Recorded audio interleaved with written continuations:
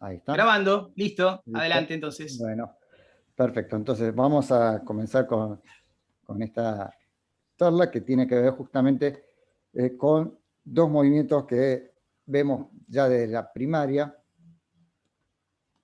que son justamente... ¿se está viendo o no? Me parece que no puse compartir. Sí. Todavía no compartiste. Ahí está. Ahí está, compartir.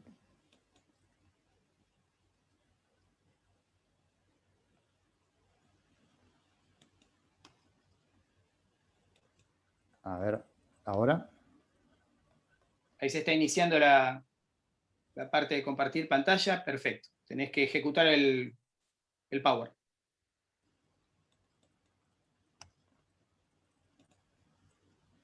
Ahora sí. Perfecto.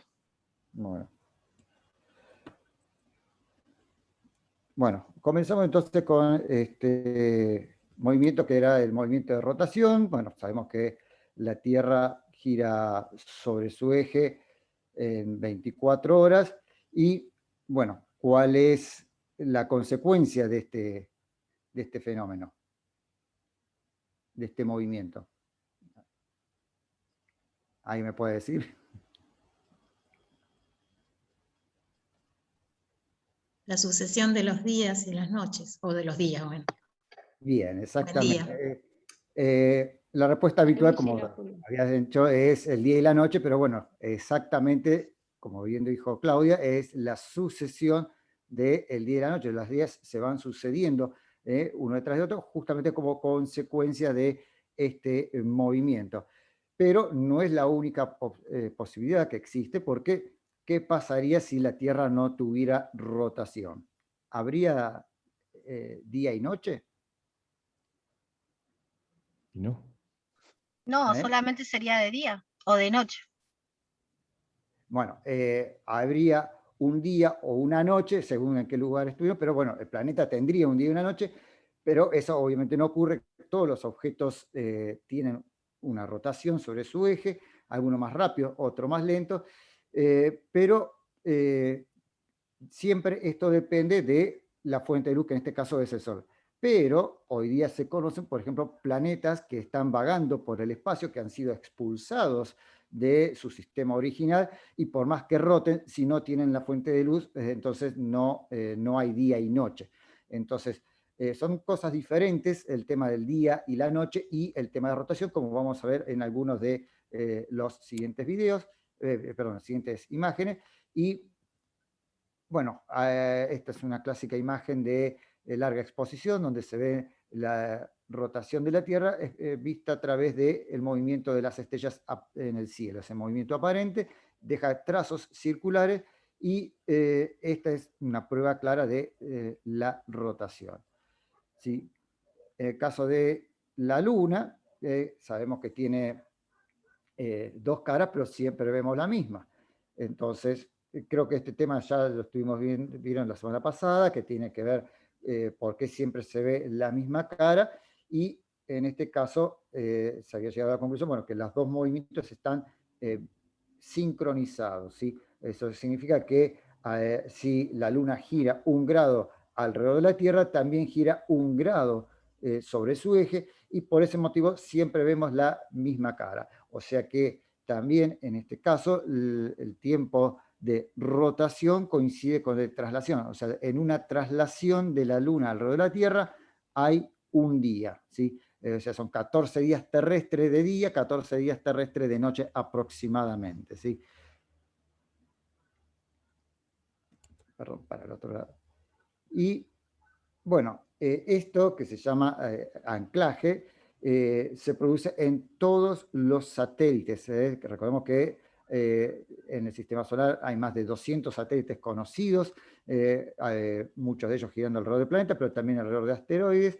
Pero en el caso de los satélites planetarios pasa exactamente lo mismo. Debido a que son objetos muy pequeños, la atracción gravitatoria de los planetas alrededor de los cuales giran genera un efecto de marea que va frenando esa rotación y hace que esa rotación sea sincronizada con su movimiento de revolución o traslación alrededor del planeta. Entonces, esto que se ve en la Luna sucede en todos los satélites del sistema solar. Así que siempre va a haber una cara mirando al planeta y la otra que no lo va a hacer. En el caso de, si lo comparamos en el movimiento de rotación de la Tierra con el resto de los cuerpos del sistema solar, bueno, tenemos que el más parecido es sin duda el del planeta Marte, cuyo tiempo de rotación es un poquito más largo que el de la Tierra, 24 horas 37 minutos, que es lo que habitualmente se denomina Sol. Un Sol es un día marciano que es un poquito más largo que el día terrestre y que suele aparecer a veces en las noticias cuando, por ejemplo, la nave Curiosity obtiene una imagen de un determinado lugar, el Sol 354. O sea, ese es el día 354 marciano que no necesariamente coincide con el 354 de la Tierra, por esa pequeña diferencia de minutos que se van a ir acumulando. Pero en esencia son prácticamente el mismo día, así que si, como está previsto que en la década del 30 empiecen a llegar humanos a este planeta, no van a notar mucha diferencia en un día terrestre con el día marciano, ¿sí? Un caso extremo en el sistema solar es justamente el planeta Venus, nuestro vecino cósmico que estos días se está viendo al atardecer después de la puesta del sol, bien brillante hacia el oeste.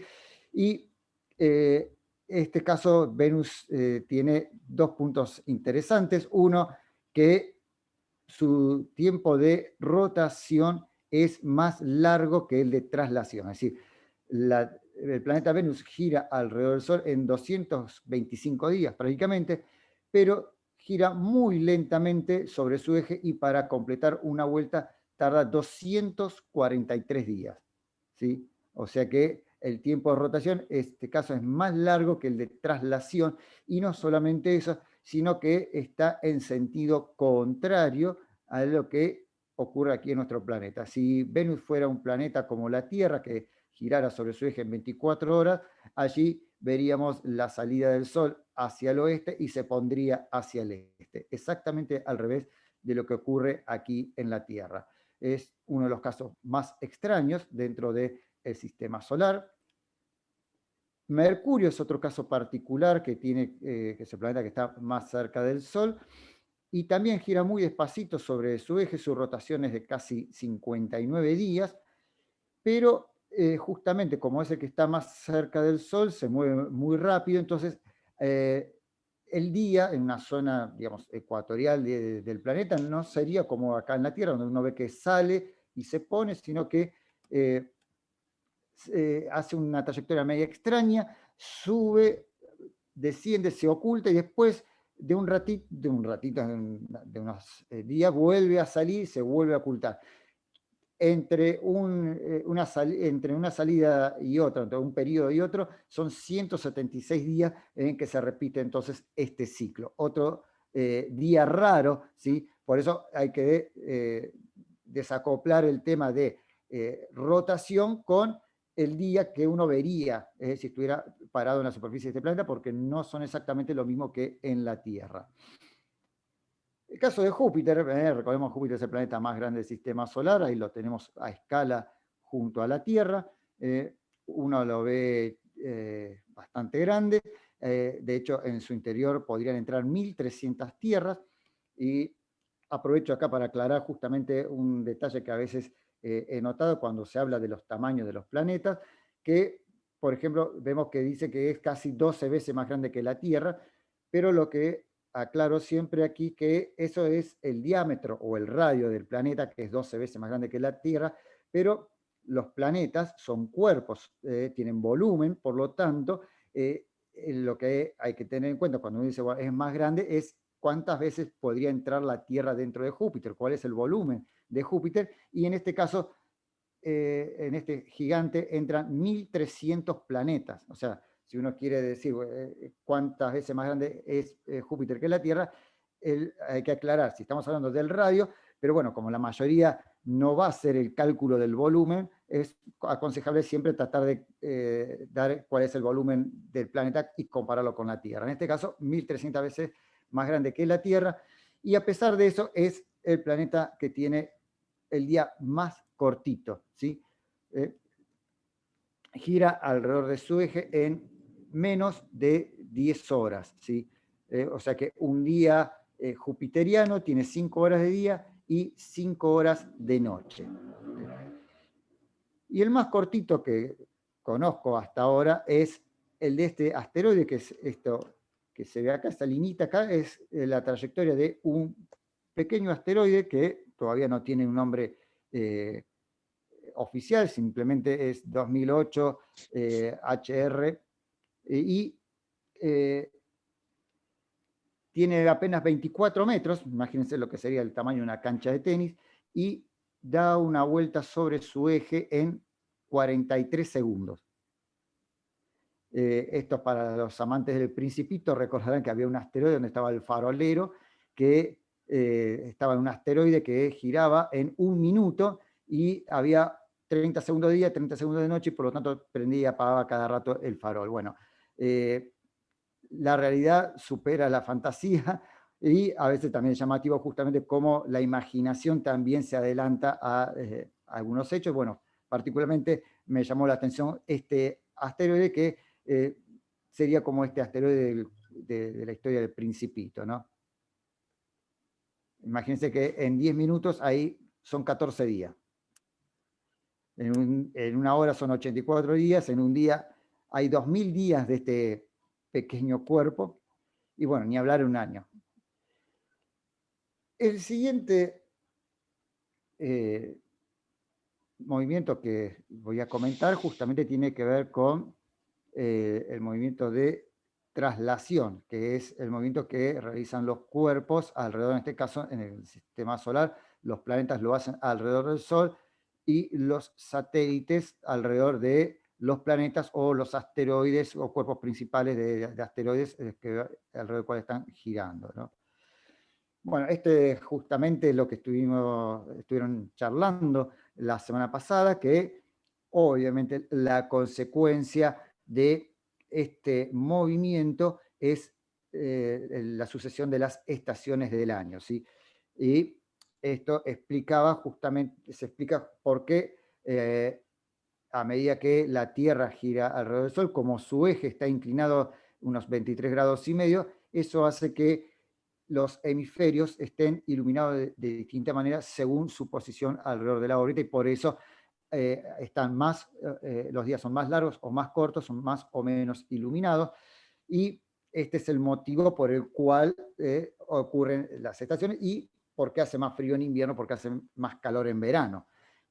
Cuando uno pregunta habitualmente, no solamente a los chicos, sino a las personas, por qué hace frío en invierno, y bueno, la respuesta habitual es que, bueno, como la órbita de la Tierra es una elipse, entonces es porque la Tierra está lejos del Sol y en verano hace calor porque justamente la Tierra está en su punto más cercano. Pero este es justamente el momento que podemos plantear el interrogante para justamente poder falsear esta idea, porque si fuera así, la Tierra se tendría que partir en dos, porque debemos recordar que cuando aquí es invierno, en el hemisferio norte es verano.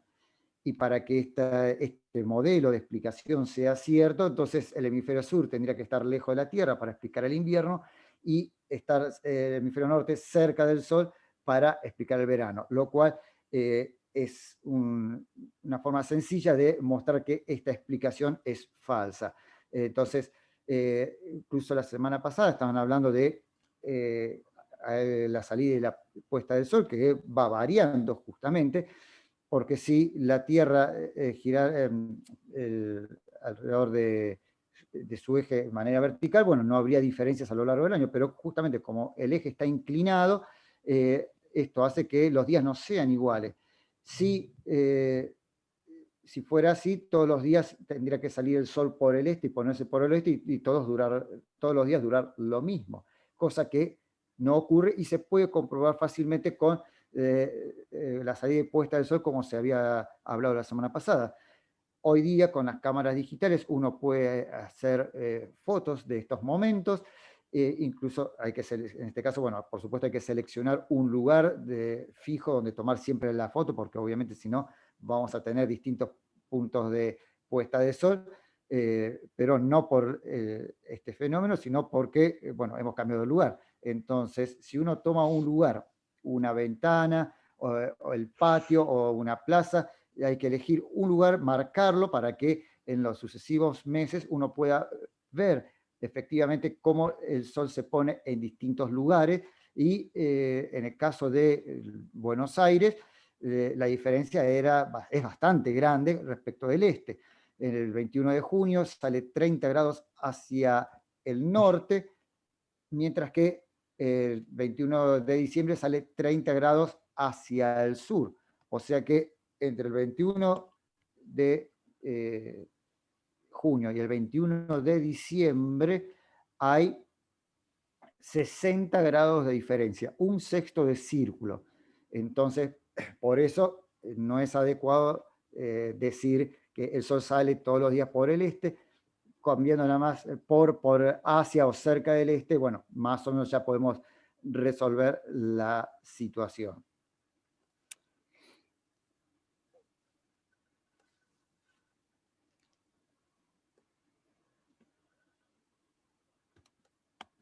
A ver qué pasó. Bueno,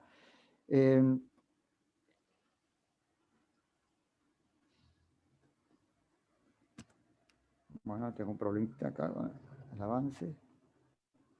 Ahí está. Bueno, en el caso de la Luna, lo más destacado de la revolución alrededor de la Tierra, de ese movimiento de traslación alrededor de la Tierra, es que justamente se producen las fases, ¿sí? Las fases simplemente se producen porque la Luna, en su movimiento alrededor de la Tierra, nos va a mostrar una porción distinta cada día de esa superficie iluminada, y eso es lo que llamamos las fases lunares. Bueno. Y una cuestión que he visto muy habitualmente en muchos libros, ahora menos frecuentemente, pero bueno, en su momento se veía habitualmente en los libros, en los manuales, en los calendarios, y era justamente el dibujito de las fases de la Luna, ¿sí? Bueno, creo que alguno ya lo vio esto, o no sé si ya lo habían visto en clases anteriores, pero este dibujo, bueno, muestra lo que sería la luna nueva, el día cero, y a medida que se va moviendo alrededor de la Tierra, bueno, la porción iluminada que vemos es cada vez mayor, y eso se ve en lo que llamamos la fase, ¿sí? Ahora, este dibujo tiene un pequeño error. ¿Alguien lo puede decir? ¿Alguien lo conoce?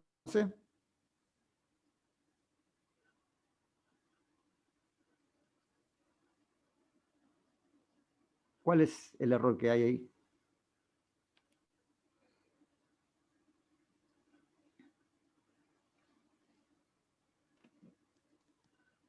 En la parte inferior muestran la zona iluminada del otro lado, del lado contrario, ¿puede ser? Bueno, el dibujo de las fases está al revés de como lo vemos en el hemisferio sur. En el hemisferio sur, no sé qué, se tiene que ver así, donde de hecho hay una regla muy simple que cuando la luna es creciente tiene forma de C, y cuando es menguante o decreciente tiene forma de D.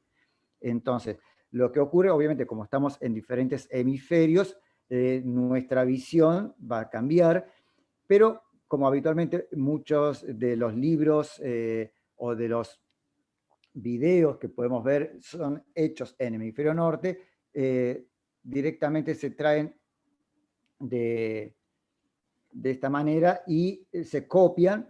En los calendarios vamos a ver justamente que a veces pasa esto de que publican la forma de las fases al revés de lo que tendría que ser, y ese es un error frecuente que también lo he visto en en los libros que supuestamente están para enseñar. Incluso, bueno, hay un dicho muy común, no sé si lo habrán escuchado, que dice que el sol sale de día y la luna sale de noche. Bueno, el día obviamente sí, porque la definición de día justamente es cuando el sol está por encima del horizonte. Cuando el sol se oculta, eso ya es la noche, y por más que el cielo esté iluminado, esa primera parte de la noche, o la última, si es antes de la salida del sol, que se llama crepúsculo, es parte de la noche, ¿sí? Pero la luna no está siempre de noche, y de hecho hoy día se puede llegar, si alguno se levantó temprano, la pudo haber visto, y de hecho ahora está en el cielo, y justamente esta es una de las cuestiones que les quería comentar en la siguiente presentación que tenía, que hay que observar y de esta manera también refutar ciertas frases comunes, como esto de que la luna se ve de noche. Entonces, días como que hay cuarto menguante, la luna sale cerca de la medianoche y se pone cerca del mediodía, y por eso es la que vemos durante la mañana, o en cuarto creciente, la luna sale cerca del mediodía y se pone cerca de la medianoche, por lo tanto es la luna que podemos ver durante la tarde. Entonces, de esta manera, con un ejemplo concreto, que es mirar el cielo y ver a la luna en pleno día, vamos a desterrar esta idea tan común, ¿no?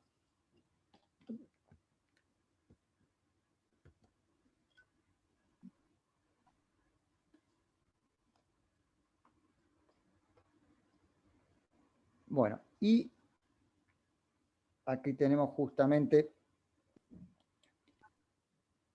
a Kepler,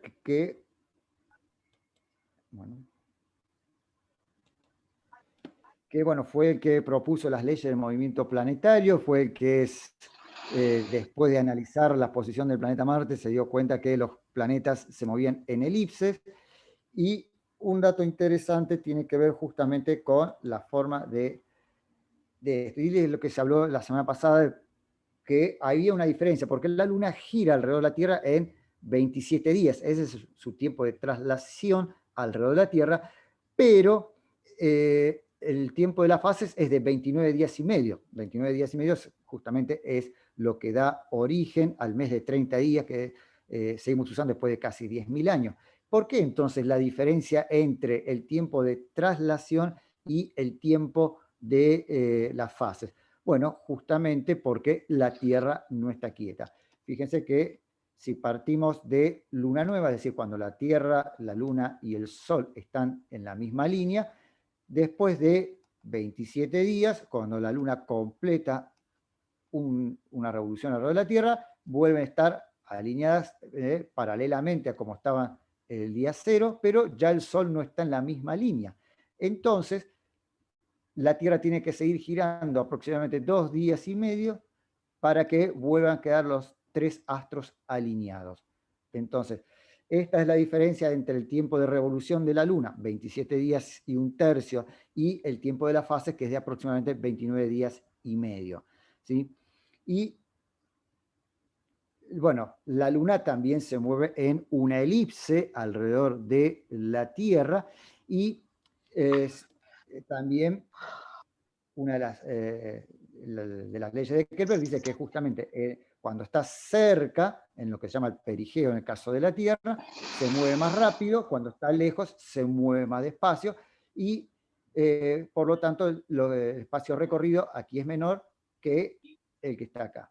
Y esto también tiene una consecuencia en el tema de las fases, y es que, fíjense, estas son las fases del mes de julio, y no es que se producen todas al mismo tiempo, o sea, no todas, entre una fase y otra, no es que pasan siempre la misma cantidad de días, porque justamente como la órbita de la Luna alrededor de la Tierra es una elipse, cuando está cerca del perigeo se mueve más rápido, entonces ahí entre una fase y otra el tiempo puede disminuir a ser, por ejemplo, 6 días y medio, casi 7, pero cuando está en su punto más lejano puede llegar a demorarse hasta 8 días.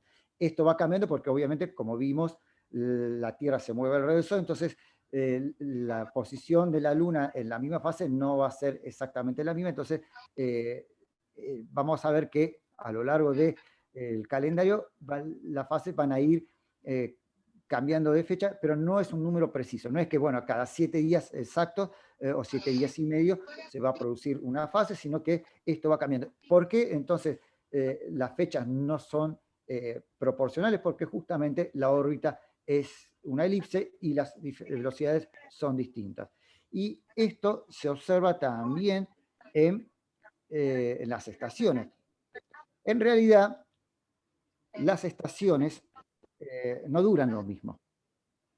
El verano y la primavera en el hemisferio sur duran 89 días, mientras, 89 días sin moneda, y el otoño y el invierno dura aproximadamente 92, 93 días. ¿Sí?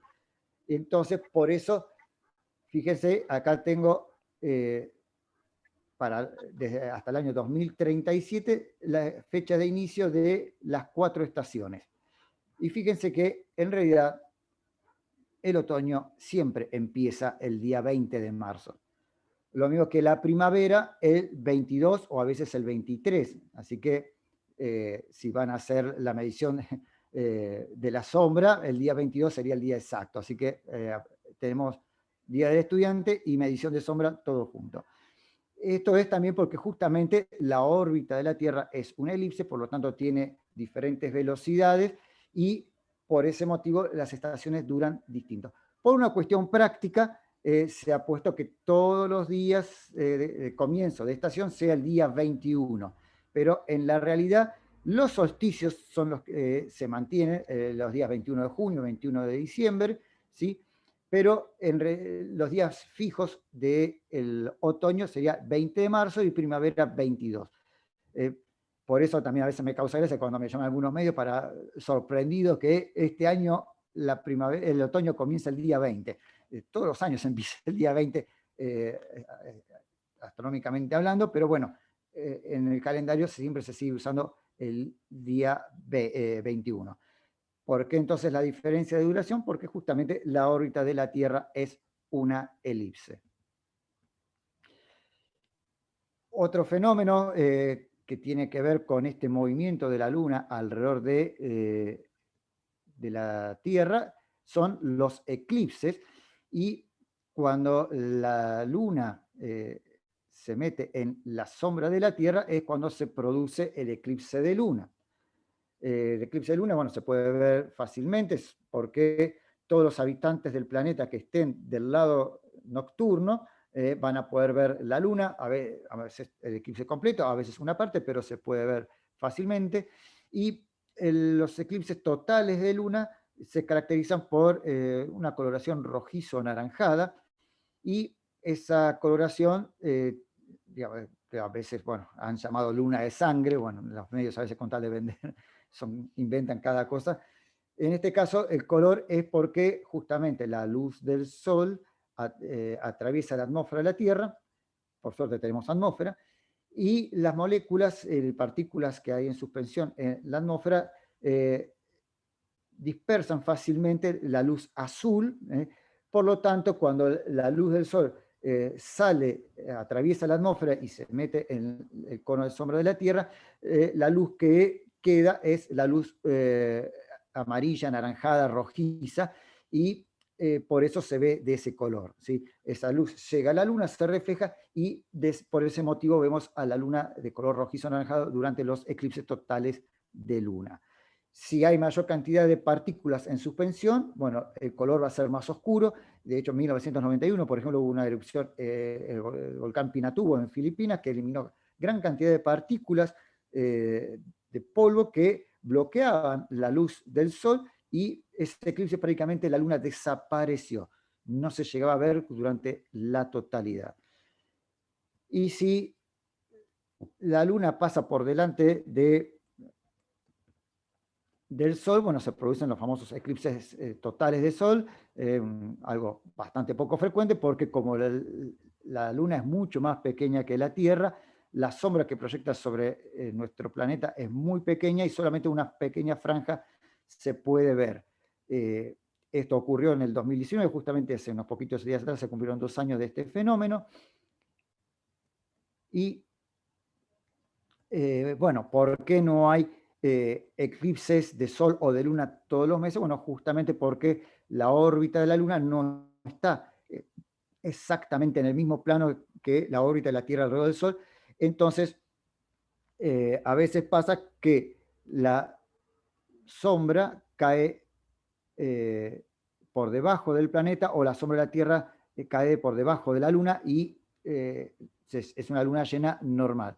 Pero cuando coinciden los planos, entonces ahí sí hay eclipse, y generalmente ocurre 2 veces al año, ¿sí? ¿Cómo estamos con el tiempo, Javi? No, tenemos unos 10 minutos más aproximadamente. ¿Sí? Bueno. 15. Bueno, listo. Entonces, hacemos un rápido repaso de los planetas, que esto, bueno, también uno lo puede comparar. Acá tenemos el caso de Mercurio, que gira, es el planeta que está más cerca del Sol y que gira alrededor de él en apenas 88 días, ¿sí? Ese tiempo de traslación es lo que llamamos el año del planeta, ¿sí? Acá en la Tierra, bueno, el año dura 365 días, pero como vemos, Mercurio tarda apenas 3 meses en completar una vuelta, así que si hubiéramos nacido en Mercurio, en este momento tendríamos 4 veces más años que en la Tierra, ¿sí? En un año de la Tierra entran 4 años de Mercurio, o sea, tendríamos unos añitos más. Marte, por el contrario, ¿sí?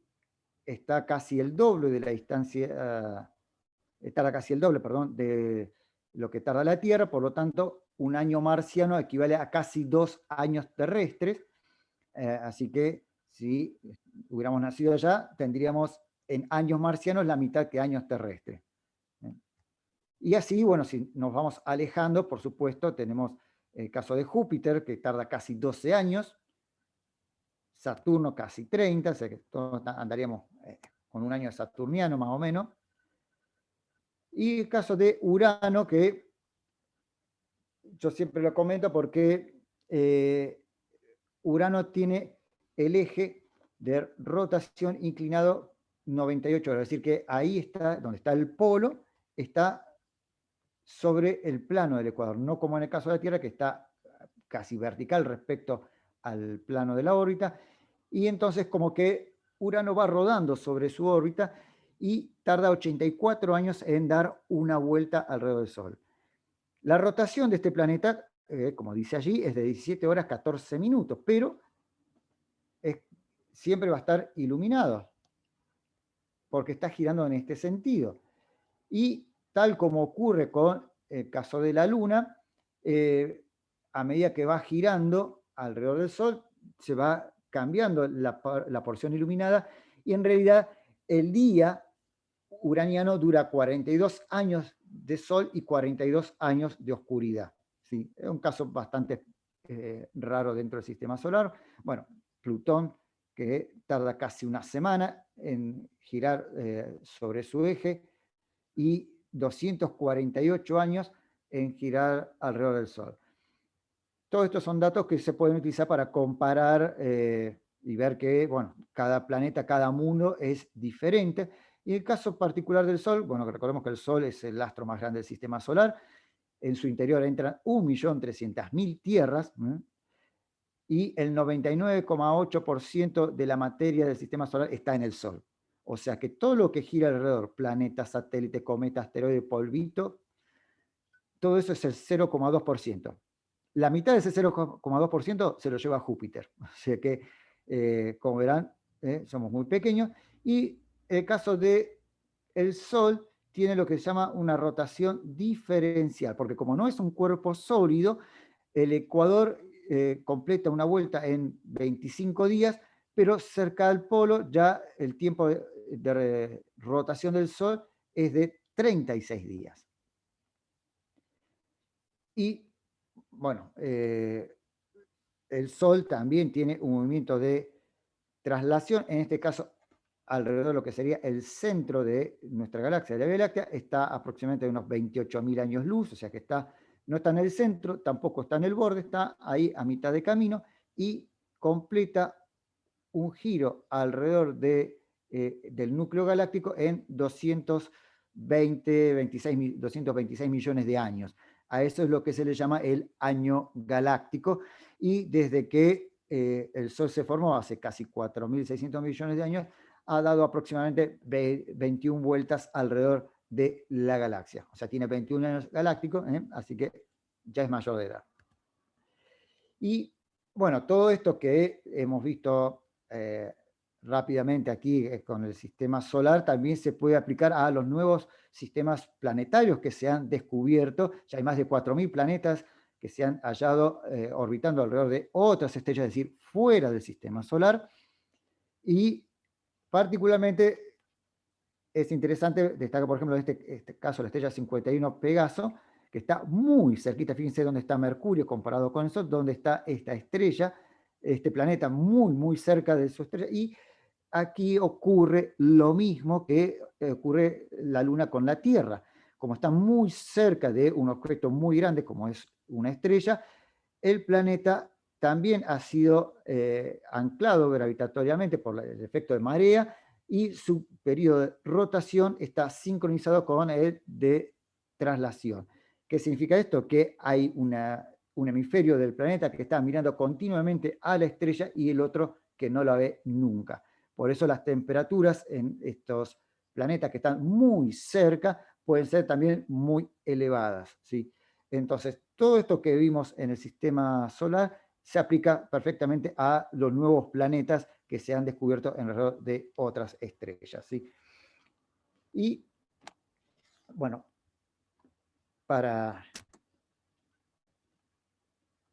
cerrar entonces, le quería dejar el cielo que no miramos, que es también una pequeña presentación de todas las cosas que se pueden ver, porque para que esto no quede en una simple teoría, hay cosas que se pueden ver. Bueno, lo más práctico es justamente que los chicos salgan a ver las fases, que lo puedan reconocer, y que puedan ver justamente esto que les mencionaba anteriormente, que la luna también se ve de día, y no en cualquier fase, sino cuarto creciente se ve desde las 12 del mediodía en adelante, y cuarto menguante se ve desde la medianoche hasta el mediodía, ¿sí? Entonces son cosas prácticas. Incluso, repito, ahora con el tema de las celulares, con cámaras que tienen, son muy buenas, uno puede ir haciendo un registro fotográfico de cómo va cambiando la fase de la luna de un día para otro, ¿sí?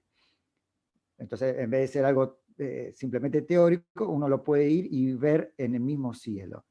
Después están las que se llaman las conjunciones, que justamente es cuando dos o más astros están cerca de una misma región del cielo, y esto es útil para varias cosas. En primer lugar, por ejemplo, este es el cielo de esta tarde, así que si salimos a mirar alrededor de las 7:30, vamos a ver a Venus, el lucero, bien brillante, y muy cerquita tenemos aquí al planeta Marte.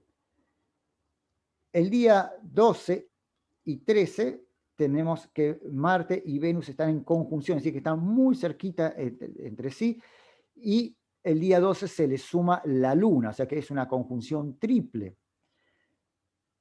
El día 13, fíjense dónde está la Luna. Entonces, miren, 11, 12 y 13. La Luna se mueve muchísimo de un día para otro, y al tener justamente a un astro brillante como Venus, esto lo podemos corroborar fácilmente, porque una pregunta muy común que me suele a veces hacer la gente es: ¿cuál es esa estrella que está al lado de la Luna? Ninguna, porque la Luna no está quieta, sino que se va moviendo, y entonces de un día para otro se puede apreciar, y estas conjunciones sirven para esto, para ver, en este caso, el movimiento de la Luna, pero también de los planetas.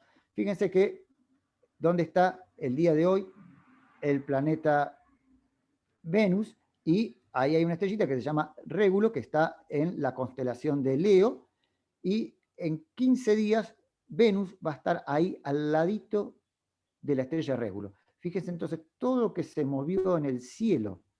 O sea, los planetas se mueven. En la noche no vamos a ver que se mueven, pero de un día para otro se pueden apreciar, particularmente con Venus y Marte. Y esto también me sirve para comprender cómo pensaban los antiguos el cielo. Los antiguos dividieron los astros del cielo en 3 grandes grupos. Estaban las estrellas fijas, que eran las estrellas como las Tres Marías, o la Cruz del Sur, o el Escorpión, que si la vemos ahora, o dentro de 100 o 200 años, las estrellas están en el mismo lugar, no se mueven entre sí. Siempre vamos a ver la misma figura. Después había un grupito de estrellas, de astros, mejor dicho, que se movían respecto a las estrellas fijas, que lo llamaron estrellas errantes o estrellas vagabundas. De hecho, si ustedes miran esta tarde a Venus y a Marte, van a ver que tienen aspecto de estrella, más brillante, más débil, pero son parecidos a estrellas. Pero ¿cuál es la diferencia con las estrellas fijas? Que se mueven. Y en griego, ¿cómo se decía errante o vagabundo? Se dice planeta. Es decir, que la palabra planeta significa errante o vagabundo y no cuerpo que gira alrededor. Ese es un significado posterior cuando, bueno, cambiamos el sistema geocéntrico por el heliocéntrico, entonces ahí cambió la definición de planeta. Pero para los antiguos, los planetas eran esos astros que se movían respecto a las estrellas fijas. Estaban entonces las estrellas fijas, las estrellas móviles, sí, las estrellas errantes, que eran los planetas, que eran 7, Mercurio, Venus, Marte, Júpiter, Saturno, el Sol y la Luna. ¿Sí? Que, o casualidad, son los astros que dan nombre a los días de la semana. Lunes por la Luna, martes por Marte, miércoles por Mercurio, jueves por Júpiter, viernes por Venus, y en el caso del castellano, bueno, sábado y domingo han cambiado sus nombres originales, pero en inglés se mantiene. En inglés, sábado es Saturday, el día de Saturno, y el domingo es Sunday, el día del Sol. Entonces, obviamente, todo esto estaba vinculado con lo que observaban en el cielo. Estos 7 astros que se movían, estas estrellas errantes, eran importantes para los antiguos. Pero recordemos que para ellos eran estrellas que se movían, no cuerpos que giraban alrededor del Sol. Y por último estaba un tercer grupo de estrellas que eran las estrellas fugaces, estrellas por un ratito. Pero hoy sabemos que, por supuesto, las estrellas fugaces no tienen nada que ver con estrellas que se caen, estrellas que se mueren, o pedazos de estrellas, sino que son partículas de polvo que están ingresando en la atmósfera de la Tierra, que está moviéndose entre 70.000 y hasta 250.000 kilómetros por hora. Al rozar con el aire se calientan a 800.000 grados y por eso brillan por un ratito. La mayoría son partículas de polvo que provienen de asteroides que han chocado, o cuando hay lluvia de estrellas fugaces, como por ejemplo en este caso las Gemínides o también las Oriónides que se ven en octubre, esas partículas provienen de cometas, ¿sí? Los cometas son como enormes montañas de hielo que están mezcladas también con mucho polvo. Cuando están lejos del Sol son como témpanos que están a la deriva, pero cuando se acercan al Sol, la luz del Sol hace que el hielo de la superficie se caliente y se transforme en gas, no en líquido, si no pasa de estado sólido a líquido, sino que directamente de sólido a gaseoso, y las partículas que estaban adheridas a ese hielo se desprenden y forman las conocidas colas de los cometas, y esas partículas quedan girando alrededor del Sol en la órbita del cometa. Y si la órbita del cometa cruza la órbita de la Tierra, entonces cuando la Tierra pase por ese punto de cruce, ahí va a barrer con las partículas que se encuentren en su camino y producen este fenómeno llamado lluvia de estrellas fugaces.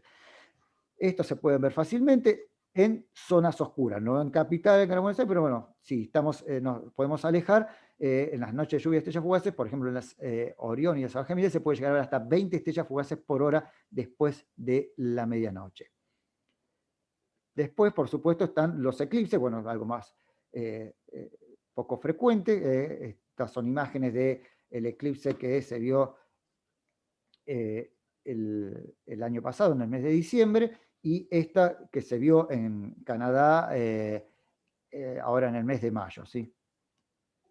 Y por supuesto las puestas del sol, como les decía, bueno, uno puede sacar fotos y de hecho poder delimitar a ver dónde se está poniendo cada día y comprobar justamente esto de que los días no duran lo mismo y que los días, cada día el sol se pone en un lugar diferente. El sol se pone únicamente por el este y por el oeste los días del equinoccio, nada más. El resto se pone cerca del este, pero no, se pone cerca del oeste, pero no en el oeste. Digo la puesta del sol porque, bueno, es más difícil que la gente se levante tempranito en la mañana para sacarle fotos, pero bueno, las puestas del sol siempre son más accesibles. Y después, por supuesto, la parte de astrofotografía, ya que esto está sacado con una cámara digital, de un celular, así que ya hay celulares que tienen cámaras muy potentes, así que, bueno, también es un experimento que pueden hacer para poder reconocer las estrellas y constelaciones, y que justamente también las conjunciones nos sirven para esto. ¿Sí? Cuando vemos un astro brillante, podemos empezar a buscar cuáles son las estrellas que están alrededor y empezar a reconocer las constelaciones que hay en el cielo. Y ya que estamos en educación, esto nos puede ser útil también para poder, por ejemplo, contar cuáles son las distintas historias y mitos que están vinculados a las constelaciones. Quizás las historias de los griegos son las más conocidas. En este caso, bueno, Leo tiene que ver con el león de Nemea que mató Hércules en uno de sus 12 trabajos, pero bueno, cada cultura también vio e interpretó el cielo de distinta manera, y por ese motivo también cada una dibujó cosas diferentes y contó historias diferentes. Entonces uno podría hacer una interrelación con lengua o con sociales, en este caso para ver otras culturas y dejar quizás algo más más crocante, más interesante para cuando uno habla de otras culturas, por ejemplo. Algo que incluso se puede visualizar, ¿sí? Y ya que estamos hablando de Venus, bueno, Venus es un planeta que es muy, lo que yo llamo un infierno planetario. De hecho, para no extenderme más, les comento que hay un pequeño videito que hice justamente con eso, para que, bueno, cuando uno mira, en este caso a Venus, poder tener ya o asociar a ese punto de luz una cierta información, y una vez que uno lo observa, esa información queda. Entonces, es una forma de aprender muy práctica y indeleble, porque lo que uno aprende observando, eso después no se borra. Entonces, deja de ser un mero número teórico. Así que, bueno, los invito a que miren el cielo, que puedan empezar a observar estos fenómenos. Una de las cosas que yo hago justamente como mi actividad de divulgación es en Instagram poner estos fenómenos que se van observando para que la gente, bueno, pueda salir a mirar y reconocer las estrellas, los planetas, las conjunciones, constelaciones, incluso también cuando pasa la Estación Espacial Internacional, o no sé si alguno vio los famosos trencitos de satélites de Starlink. Bueno, la gente sale y mira, y eso es algo que jamás van a olvidar. Bueno, hasta aquí vamos a llegar, porque si no, no sé, me parece que ya me cedí con el tiempo. No sé cómo estamos, Javier. Estamos bárbaros, porque ahora queríamos hacer algunas preguntitas, así que vos fíjate si me podés hacer anfitrión, de paso vas probando, a ver si me ¿Podrías sacás. pasar el Instagram? Vamos a pasar al Instagram, creo que estaba ahí. Conrado, poné me parece que es @mirador.del.cielo, ¿verdad, Conrado? Punto cielo. Sí, acuérdense que lo que yo hago es mirar el cielo. Entonces lo que yo hago es tratar que la gente mire el cielo, y el observatorio se llama Mirador del Cielo. En Instagram, como ya había otro, es mirador.del.cielo. Ahí incluso pueden hacer todas las consultas que crean convenientes. Gracias. ¿A mí me están viendo ahora o no? Porque yo no veo. Sí. Sí. Perfecto. Yo sigo sin encontrar los 3 puntitos que me decís. No, lo que tenés que hacer es ir a la imagen donde estoy yo, pasar el cursor, y ahí tenés los 3 puntitos arriba en la parte superior derecha, que dice silenciar, y aparecen 3 puntitos ahí. En su imagen chiquitita, Conrado. Imagen chiquita. Claro. Ah, en la imagen chiquita, ahora la... Cuando pones vista de galería. Ahí está. Me pasa que estaba... Ahí está, ahora tengo 3. Listo, ahora todo tuyo. Muy bien, ahí estoy otra vez. Bueno, ahí estamos en vista, vamos a poner vista de hablante, ahí estamos. Bueno, tenemos a los dos, tenemos a Conrado y lo tengo a Javier ahí al lado. Bueno, la verdad fue un gusto, Conrado, pero bueno, nos gustaría ahora que puedan hacer algunas preguntas, por eso dejamos este ratito para que ustedes puedan hacer las preguntas que quieran.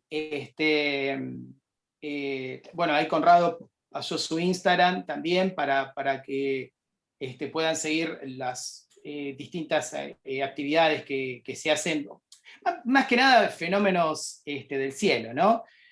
Bueno, Agus también, después vamos a pasar los Instagram nuestros. Agus, dale, vos que los tenés a todos, pasá los Instagram nuestros también, para que hacemos algunos chismes. Bueno, a Ingrid la tuve ahí hace poquito, que también me mandó un mensajito, y bueno,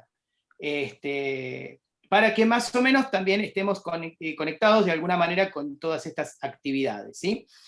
A mí me encantaría de pronto que ustedes pudieran hacer algunas preguntas para ver cómo esto lo podemos trabajar en la escuela. Yo voy a empezar con una que me parece que es interesante en el sentido de práctico, simplemente por el hecho de lo que vamos a hacer.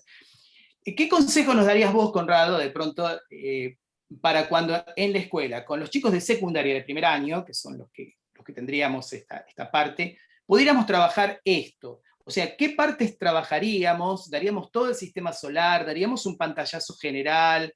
¿Haríamos algunas actividades básicas, sencillas de observación por medio de, como vos mostraste, el cielo que vemos todos los días o lo que podemos ver de una manera sencilla? ¿Qué consejo nos darías acerca de cómo tratar este tema del sistema solar?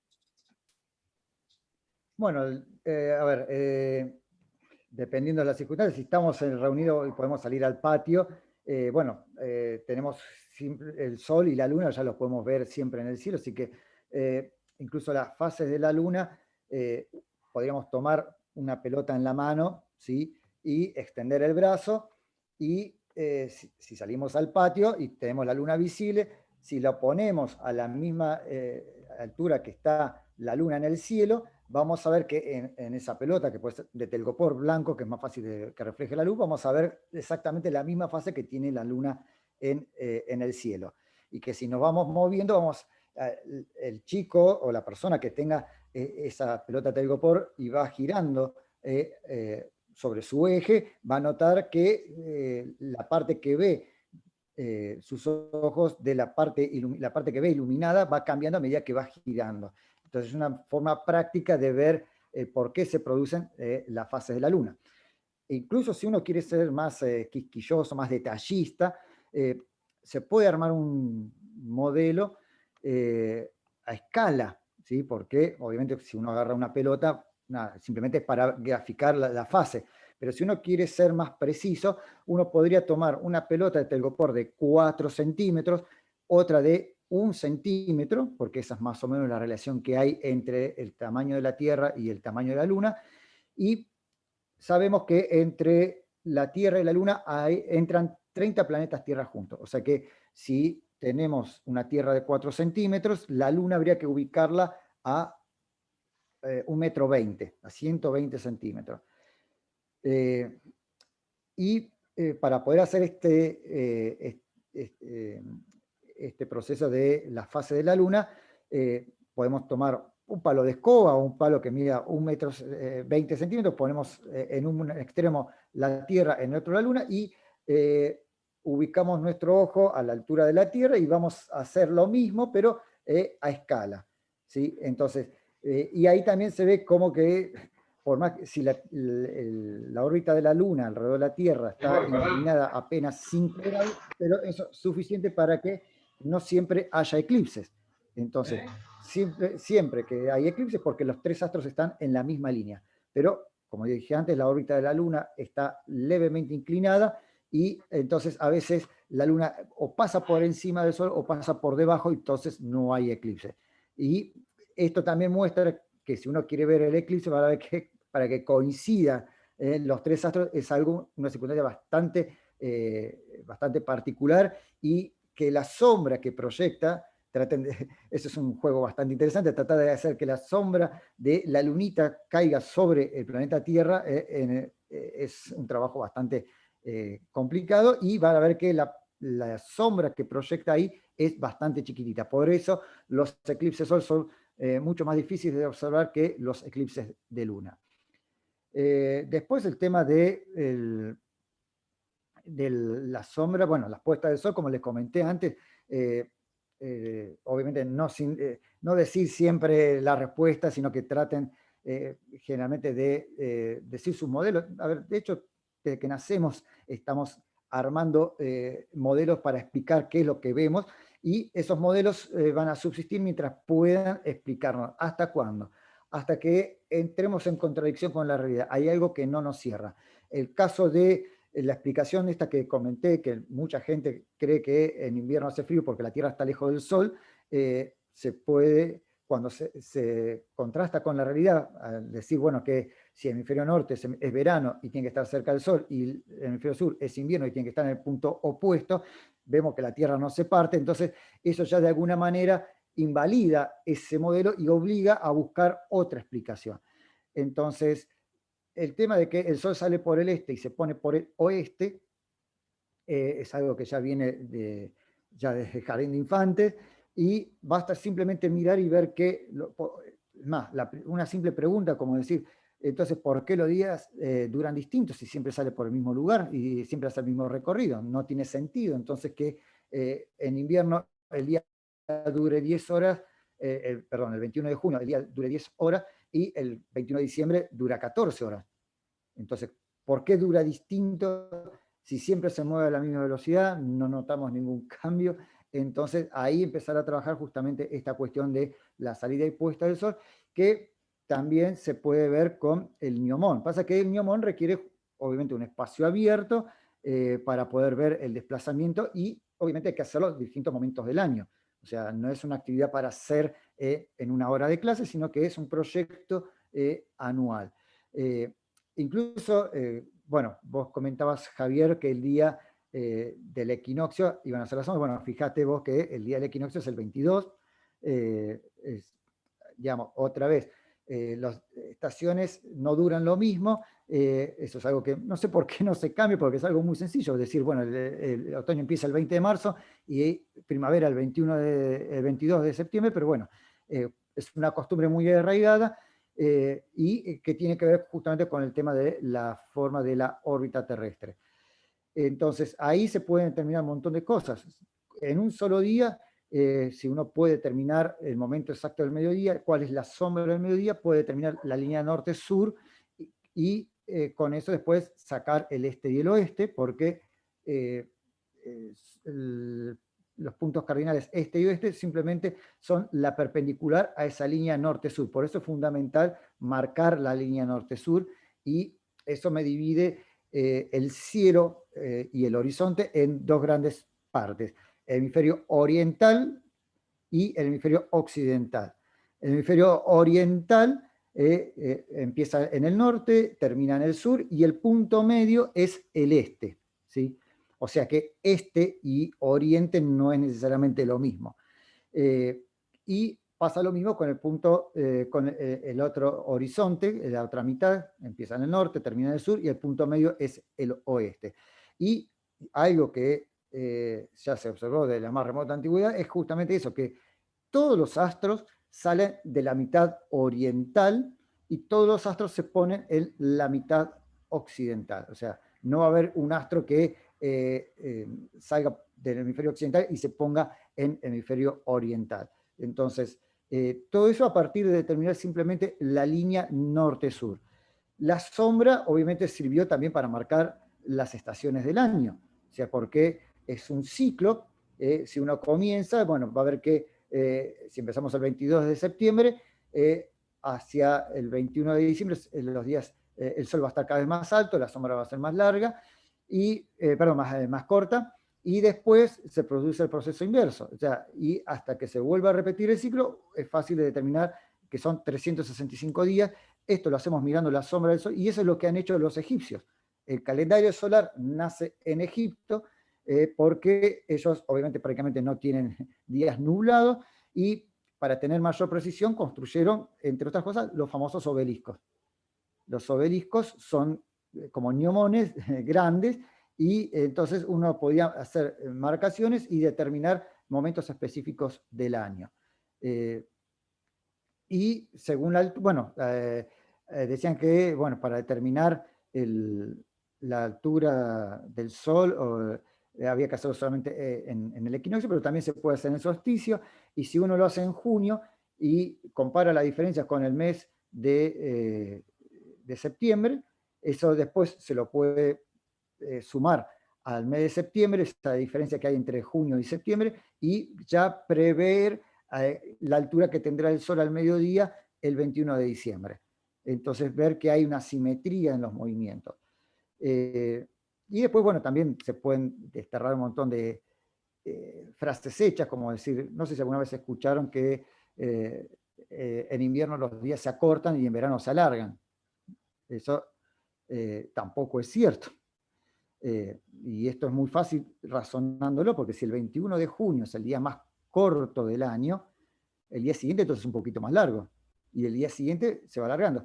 Si el 21 de junio el día dura 10 horas, el 21 de diciembre dura 14 horas, o sea que va alargándose entre el 21 de junio y el 21 de diciembre, y exactamente al revés entre el 21 de diciembre y el 21 de junio, porque si el 21 de diciembre es el día más largo, el día 22 no va a ser más largo, va a ser más corto, y ahí se va a ir acortando hasta el 21 de junio.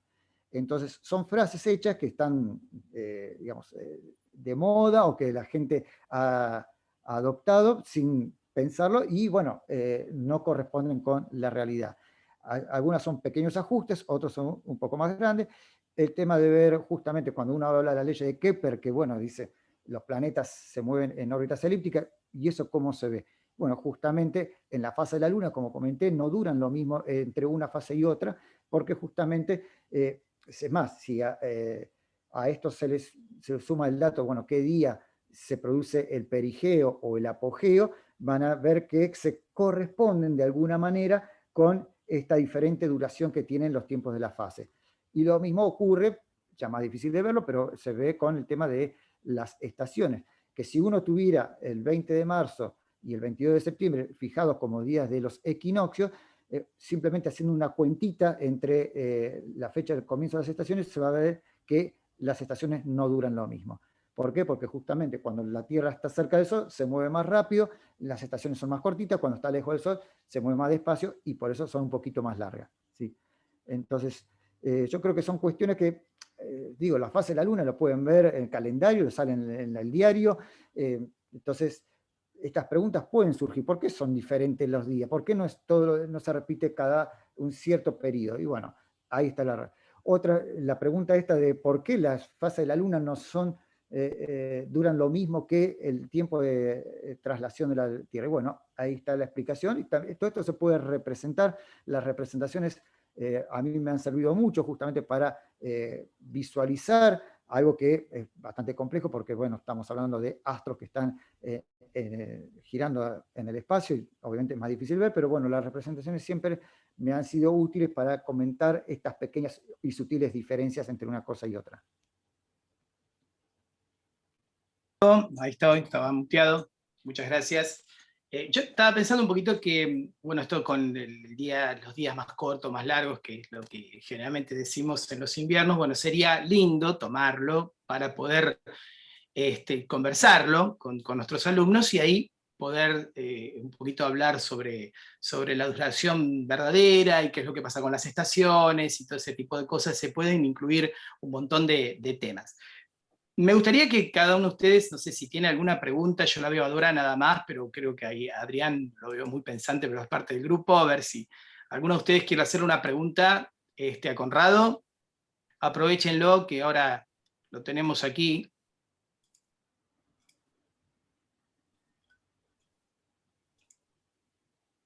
Si no preguntan es porque estuvo claro, Conrado, pero bueno, vamos a ver si hay algo. Otra cuestión también esta de que a veces me hace ruido, tiene que ver con esto de que el Sol nos da luz y calor. Del Sol nos llega la luz y el calor, y bueno, del Sol llega nada más que la luz. Si bien el Sol es un cuerpo que está a muy alta temperatura, hay solo 3 mecanismos para propagar el calor. Uno de ellos es la conducción, que bueno, simplemente si uno una vez puso una varilla al fuego, una varilla metálica, ¿no? Me acuerdo cuando yo era chico de agarrar una pinza con un alfiler y calentarla al fuego para ver cómo se ponía el rojo vivo. Si uno toma una varilla y hace eso, bueno, a lo mejor está 5 minutos y no siente nada, pero si uno lo agarra del otro lado está caliente porque justamente hay un tiempo para que ese calor se propague a lo largo de la varilla, en este caso por conducción. El otro forma de transmitir calor es por la convección, como pasa en la pava. Cuando uno pone la pava con agua, el agua que está en contacto con la base que está caliente genera como burbujas de menor densidad, y como toda cosa, algo que es menos denso sube por el medio más frío. Cuando llega a la superficie se libera parte del calor, y al enfriarse el agua, bueno, vuelve a bajar y se forma como un bucle, como un ciclo. Esa es la convección. Tanto la convección como la conducción requieren que las moléculas estén cerquita para que justamente, recordemos que calor es, digamos, moléculas en movimiento. A mayor temperatura, mayor energía cinética, mayor movimiento, pero para eso tienen que estar cerquita.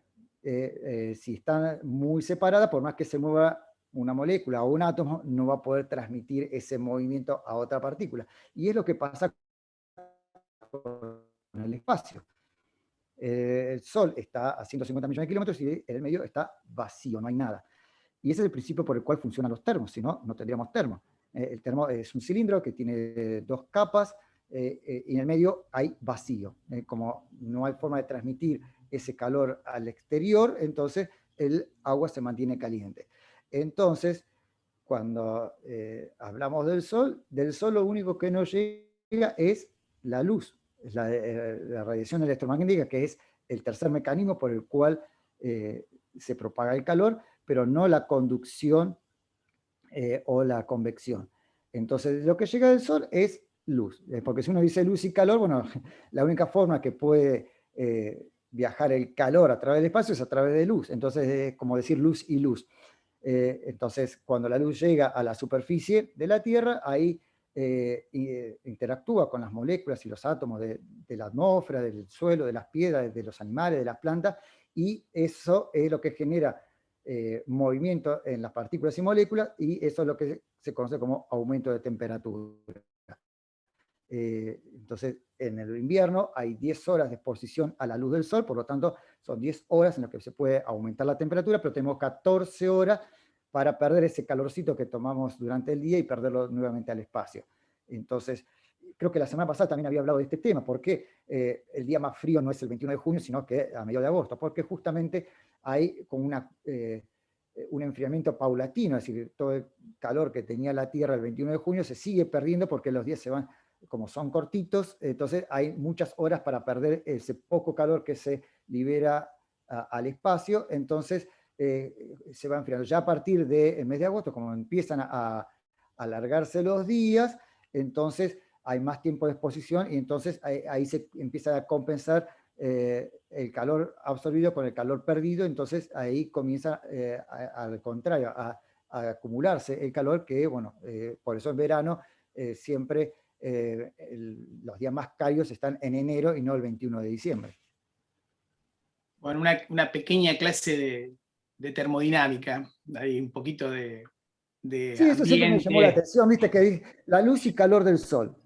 Bueno, yo creo que un poco lo que ocurre está bien, es decir, lo que nos llega es radiación solar, ¿no? Entonces ahí claro, es un tipo, claro, es un tipo de energía que nosotros la conocemos desde el punto de vista energético como radiación solar. La radiación solar también es para poder conversar y ver un poquitito de qué se trata, precisamente lo que nos llega, y por supuesto la interacción con la atmósfera, ¿de acuerdo?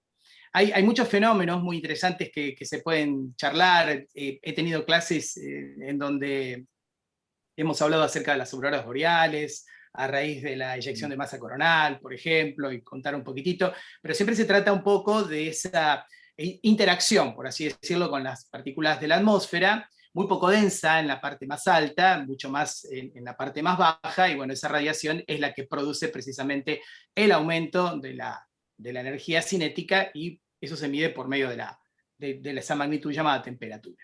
Y es interesante, pero bueno, desmitificamos un poquitito, conversamos un poco, metemos un poco de físico-química, es decir, hay muchas cosas que acá son interesantes de engancharlas. Ahora, yo creo que en base a todo esto, lo bueno es preparar una linda clase de conectividad de todos los conceptos. Habla un poco de física, de química, por eso ciencias naturales, nos permite precisamente eso, poder conversar un poquitito acerca de muchas cosas en base a fenómenos astronómicos, que es lo que precisamente estamos mirando o desarrollando. Y porque, como ustedes se acuerdan, al principio lo dijimos, en los núcleos temáticos también la parte energética siempre está y es un eje transversal dentro de nuestra currícula. Así que es interesante también, es un lindo aporte esto que acaba de decir Conrado. Bueno, no sé si por allí alguien... Ahí está, dale, Adrián. Ahí Lourdes estaba preguntando, estaba diciendo algo que todos constatamos, ¿no? Este surgimiento de opiniones, tendencias, esta corriente medio neoscurantista del terraplanismo, que también se asocia un poco con los movimientos antivacunas, estas cosas que han proliferado gracias a Internet. Si bien siempre existían este tipo de posiciones, pero no salían quizás de las opiniones de algún tontuelo en una mesa de un bar, ¿no? Que quedaba ahí en la mesa de café y no se propagaban. Bueno, hoy en día con Internet se propagan. Y es cierto que muchos estudiantes van a acercarse con estas inquietudes, con estas dudas por el acceso. Recordemos que también que la mayoría de estas posturas se dan en ámbitos de gente con nivel educativo bastante avanzado, incluso niveles universitarios. Eso paradójicamente se da mucho en esos ámbitos, y tenemos que poder argumentar de alguna manera, tenemos que darles algunas demostraciones y no un descrédito directamente refugiado en la autoridad del docente. No le podemos decir, no, eso es mentira porque es mentira. No, tenemos que darle algún tipo de demostración de la felicidad de la Tierra. Tenemos algunos ejemplos históricos, hay también... el ejemplo de Eratóstenes, sí, el ejemplo de Eratóstenes es icónico, es insuficiente también en un punto, porque de por sí el de Eratóstenes no es suficiente para demostrar la felicidad de la Tierra, porque, bueno, hay que tenerlo a mano, acá sin gráficos se complicaría un poco, pero en principio es muy útil para mostrar la felicidad de la Tierra. Históricamente también se puede contar, y esto también se vincula acá a lo que estamos hablando antes, ¿no? de poder converger con otras áreas, con otras materias. Históricamente contar, por ejemplo, que no es, ¿no? En la época de Colón es un mito escolar, que todo el mundo creía que la Tierra era plana, menos Colón y los reyes católicos convencidos por Colón. Eso no es así. La idea de la Tierra plana duró muy poco, duró en los inicios de la Edad Media, a partir de un par de monjes de tercera y cuarta línea. Duró un par de siglos, porque lo que hacían era refugiarse en un par de citas literales de la Biblia. Había uno que llamaba Cosmas, de más o menos en el siglo IV después de Cristo. Ya después, cuando se inicia la conquista musulmana en la península ibérica, ya eso que traen, todo el conocimiento que había en ellos resguardado de los griegos, eso ya no se sigue propagando. Ya para el siglo IX después de Cristo ya estaba completamente establecido, por lo menos entre la gente culta, con conocimiento, que la Tierra era esférica. Sí, Conrado, perdón. Sí. No, eso es que justamente la gente que tenía un tipo de formación, a lo mejor podían tener esta idea, porque aparte nunca habían salido, generalmente no habían salido de su pago, entonces era comprensible, a lo mejor pensaran de esa manera, pero es cierto, el tema del terraplanismo es una de las tantas conspiraciones que han dado vuelta, y hay, bueno, está también cuando hablaba, creo que era Galileo, que decía que los barcos se iban alejando, se iba dejando de ver primero la quilla, después la parte de la superior del barco, y después las velas, y lo último. También, esa creencia era de los griegos. Sí, Pitágoras, el primero que postula la felicidad de la Tierra es Pitágoras, con ese argumento en el siglo VI a.C., sí. Después también es fácil si uno tiene la posibilidad de subir en altura, o sea, uno puede ver hasta una determinada distancia a nivel del suelo, si está más alto, ve un poco más lejos, y no es lo mismo la distancia que puede llegar si la Tierra fuera plana que si la Tierra fuera esférica, ¿sí? Entonces, por ejemplo, a mí me ha pasado en Buenos Aires estar, digamos, a orilla del Río de la Plata y no se ve Colonia, ¿sí? Pero una vez tuve que ir a un edificio, no sé, piso 38, y se veía del otro lado, se podía ver ya Colonia. Entonces, esto es simplemente algo accesible que cualquiera puede comprobar, y se puede hacer matemáticamente, se puede demostrar, bueno, cómo sería si la Tierra fuera plana, hasta dónde se podría llegar a ver, y cómo sería si la Tierra fuera esférica. O también, ahora que tenemos la posibilidad del láser, si estuviéramos, por ejemplo, en un lugar bien llano, se supone que si hacemos unas varillas con un agujerito, todos a la misma altura, y las ponemos en línea a lo largo de una larga distancia, si la Tierra fuera plana, entonces si ponemos el láser nivelado con toda precisión, el láser tendría que atravesar todos los agujeritos sin inconveniente. Pero si la Tierra se curva, los postes más lejanos van a estar un poquito más bajos, y entonces ya no pasarían por el círculo, sino que estarían golpeando la parte superior de la varilla. Entonces, hay varias formas. Otras cuestiones también físicas. Como, a ver, es un modelo que no tiene ningún sustento, porque cuando dice, ¿y cómo explica la gravedad si la Tierra es plana? Una de las explicaciones es que, bueno, la Tierra está acelerada, ¿sí? Y eso genera la sensación de que estamos parados sobre la Tierra, que nos da la sensación de gravedad. A ver, pero si la Tierra está acelerada a 9,8 metros por segundo, es fácil hacer la cuenta para llegar a ver en qué momento estaríamos viajando a la velocidad de la luz. Perdón, una pregunta. No basta, a ver, perdón por mi ignorancia, pero no basta con las fotografías sacadas por satélite, por ejemplo, que muestran... No sé quién habló, perdón, que me perdí. Ingrid. Perdón, no, estoy sin la... Los muchachos dicen que es todo Hollywood. Esa es la frase que mandan generalmente, Hollywood. Eso está hecho por la NASA, son imágenes arregladas y entonces elaboradas, y la Tierra sigue siendo plana. Hay un dibujito en internet, ahora está circulando mucho, que es una parodia, en cierta manera, es una burla al terraplanismo, ponen todos los planetas esféricos y la Tierra plana, ¿no? Una de las justificaciones que también se daba es en el momento de los eclipses, porque ves la sombra circular. Claro. Entonces los tipos agarran y te dicen, bueno, la Tierra en ese momento es así, después se pone así. ¿Me dejás en relación a eso compartir? Sí, dale. Déjame compartir, así la comparto. ¿Lo tenés ahí? Espera que te hago anfitrión. Si ponés compartir abajo varios participantes, se puede, es suficiente.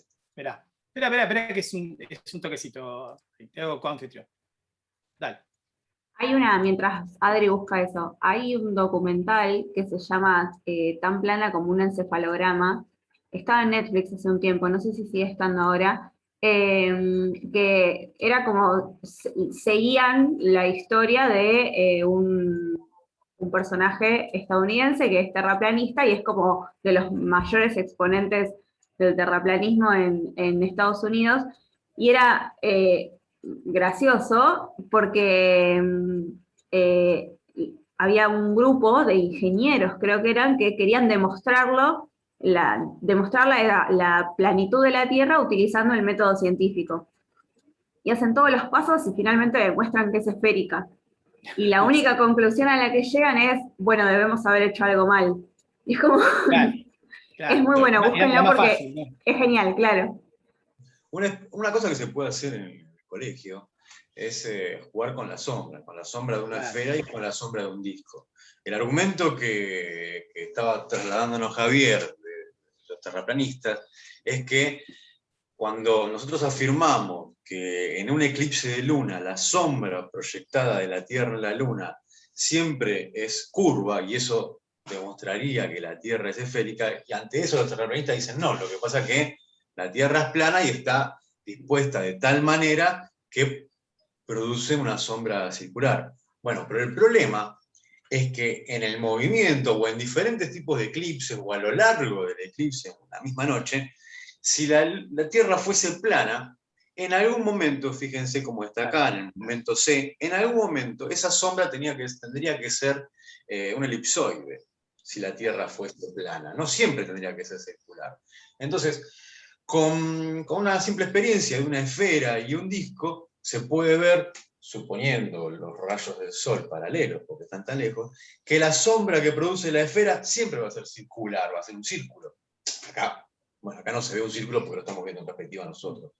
Pero la sombra que produce este plato, esta tortilla, siempre va a ser un elipsoide. Entonces, esto es algo que se puede resolver muy simplemente y experimentar en el colegio, en un día. Siempre, por supuesto, con esta explicación paralela, ¿no? Porque de por sí solo, si no, la experiencia no nos va a decir nada. Y es un argumento bastante sólido, bastante claro y sencillo, cartón nada más, si es necesario. Pero yo insisto, además, a ver, perdonen. Sí, Ingrid. Sí. No, por favor. Dale. Habría que ver en este caso también si la luna es plana o es esférica. ¿Cómo se demuestra eso? Ellos no dicen nada de la luna, a ver, el problema es la Tierra. Claro, pero además en el caso de la luna hay que recordar que debido a esa pequeña inclinación que tiene su órbita respecto a la órbita terrestre y otro fenómeno que se llama libración, se pueden llegar a ver el 60% de la superficie lunar, o sea que no es un disco, se puede ver, digamos, cómo va oscilando, entonces eso ya nos dice que eso es una esfera. Entonces, ¿por qué la Tierra tendría que ser algo plano? No tiene sentido. Los satélites, ¿cómo se explica que el paso de los satélites si la Tierra es plana? Claro. Si la Tierra fuera plana y todos los habitantes están de este lado del plano, o si el satélite da vuelta así, bueno, se puede mostrar por paralaje como, que no es así. Y si no puede pasar por debajo, porque abajo no hay habitantes. O sea, en algún lugar, supuestamente, si el satélite gira alrededor del plano de la Tierra, todos los habitantes que están por encima del plano verían el satélite, pero no se podría ver cuando pasa por debajo. Pero se puede ver a lo mejor del otro lado, en el otro hemisferio se puede llegar a ver. Entonces, nada, no tiene sentido porque siempre hacen agua en algún punto, porque no pueden explicar. Lo mismo que esto que una vez me dijeron, o había escuchado esto de que la gravedad es porque la Tierra se está moviendo con un movimiento acelerado. Bueno, basta hacer una cuentita, vas a ver que en poco tiempo estás viajando a la velocidad de la luz. Entonces, cosas que se pueden demostrar que no tienen sentido. Hay muchas cosas, inclusive. No hay un sistema coherente de explicación de una teoría. Tiran ideas así descolgadas y no hay una que tenga relación con otra. No pueden explicar el todo. Simplemente son lo que se denomina ideas ad hoc para justificar su punto, pero no son un sistema que pueden explicar todo como lo hace el resto de la ciencia, ¿no? Ciencia, básicamente. Ingrid, ibas a decir algo, no sé si querés. La pregunta relacionada con los satélites, otra vez, porque digo, los satélites, no todos los satélites describen la misma órbita, ¿no es cierto? Entonces, si distintos Depende satélites... Depende de la altura a la que están, Ingrid. Hay algunos, como la estación espacial, están a 400 kilómetros, los geoestacionarios están siempre en una órbita que es precisamente geoestacionaria, en el mismo lugar, claro, están a 35.000 kilómetros de altura aproximadamente. Pero a lo que me refiero, el mismo satélite sí por ahí, la misma órbita, pero otro satélite en otra órbita. Entonces, sí, claro. si distintos satélites, describiendo diferentes órbitas, pueden obtener fotografías diferentes de la Tierra, eso ya dirá, no sé, yo en mi ignorancia digo, me parece argumentan que esas fotos son... que son truchas. De las fotografías. Sí. No sé si, perdón, a ver, creo que Paulina, ¿estabas? Sí, dale. Sí. Dale, Pauli. Le decía a Ingrid que no le dan crédito a las fotografías. O sea, todo lo que puede manipular el hombre no le dan crédito. Entonces, eso es todo Hollywood, como decía Javi. Claro. A ver, hay muchas cosas para identificar.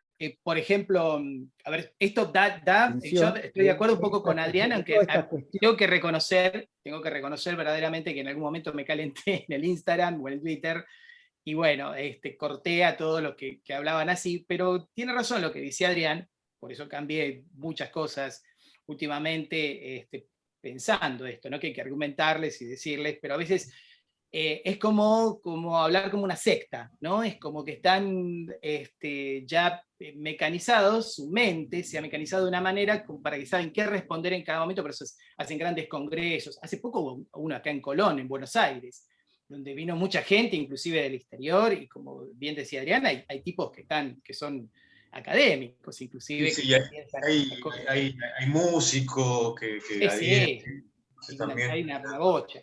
Pero sería bueno, tal vez, ya que tenemos los encuentros, ya que tenemos este grupo selecto, y algunos se nos han enojado porque dicen, ¿por qué yo no puedo estar? Porque bueno, es un grupito más chico, por eso hicimos estas capacitaciones con este objetivo, y vamos a hacerlo para otras personas también, poder juntarnos en algún momento y poder tener esta argumentación necesaria, porque los chicos quizás no van a venir pensando que la Tierra es plana, no sabemos, por ahí, qué sé yo, uno nunca sabe qué se puede encontrar en las aulas, ¿no? Pero sí tener la argumentación necesaria como para explicar y tocar este tipo de temas. Así que es muy probable que ya teniendo el contacto, por eso, como ya ahora estamos terminando, ya estamos llegando al horario que habíamos establecido para estas capacitaciones, lo que les pedimos es que estén atentos al correo, por dos motivos. Primero, por la entrega de los certificados, ¿sí? Eso uno. Segundo, recién hace un ratito me llamó la inspectora, y recuerden que los certificados los van a ir a buscar los secretarios el jueves a Secretaría, a la sede de inspectores, ¿de acuerdo? Después se los va a dar a ustedes. Ya ahí junté todos los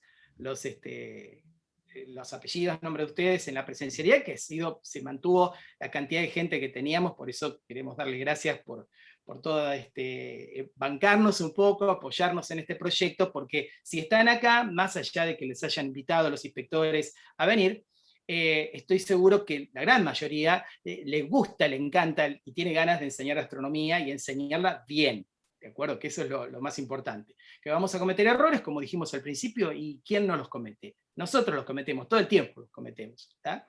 Pero hay tantas cositas que podemos hablar con ustedes, como decía Conrado, Adrián recién, por ejemplo, el tema, tirar un tema, ¿no? No hay gravedad en la estación espacial. Bueno, hay tremenda cantidad de ejemplos y cosas que podemos dar acerca de eso y hacer experiencias en el aula, que yo las he hecho con los chicos en la técnica, por ejemplo, cuando estaba ya con ellos, para poder explicar y desmitificar eso un poquitito, ¿no? ¿Qué es lo que pasa con el tema de la gravedad y demás? Bueno, pero muchas cosas que son propias de la astronomía para poder contarlas, para poder trabajarlas con nuestros estudiantes y a poder hacer cositas sencillas que los lleven a ellos a comprender un poco qué es lo que está pasando.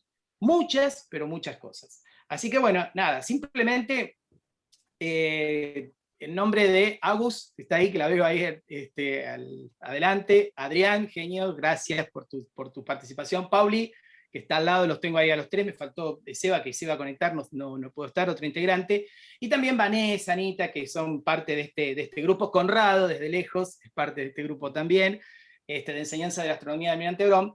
Nos vamos a encontrar, si Dios quiere, en la presencialidad, en un encuentro, allí todos juntos, que posiblemente sea un miércoles. ¿Por qué? Porque, bueno, creo que podemos todos, los miércoles, los chicos que están en el grupo, a Conrado lo vamos acá por teléfono, a lo mejor, para poder entregarles los certificados de esta capacitación. Y sí, ir preparando el encuentro que haríamos el 22 de septiembre, 23 vamos a ver cómo viene la mano, el 22 sí, me había olvidado, es el equinoccio. Así que nos viene bárbaro poder hacerlo el 22, 23, bueno, vamos a ver cómo viene la mano. Por la duda no digamos nada, porque en el momento que empezamos a planificar qué pasa con el tiempo, llueve. Entonces es una cuestión, es un karma astronómico que nosotros tenemos, que venimos costeando todos los días de nuestra vida cuando enseñamos astronomía, pero bueno, vamos a ver si las cosas se pueden dar. Así que bueno, de mi parte, gracias Conrado por estar con nosotros. participar, por darnos tu tiempo. Por la invitación y bueno, espero poder verlos en otro momento también. En la próxima, obviamente, vas a estar invitado. Y bueno, y también los vamos a invitar a todos por la presentación va a ser Horacio. Les contamos que va a haber una feria del libro en Almirante Brown, posiblemente en el mes de noviembre, si no recuerdo mal, porque tienen muchas fechas, el mes de noviembre, y creo que va a ser presencial, más acotada, por supuesto, pero presencial, y bueno, también teníamos ganas de invitar a tener nuestra parte astronómica allí. Así que nada, simplemente gracias a ustedes por estar, gracias chicos nuevamente por participar, y nos vamos a encontrar. Recuerden, miren el correo, aunque los inspectores le van a decir cuándo nos vamos a encontrar para la entrega de los certificados. ¿De acuerdo? Bueno, sin más, gracias a todos, gracias por estar. ¿Sí? Muchísimas gracias, cuídense mucho, sigan cuidándose, aunque estén vacunados, porque las cosas están complicaditas. ¿De acuerdo? Hasta luego todos. Chao, gracias. Chao, chao. Chao, chao.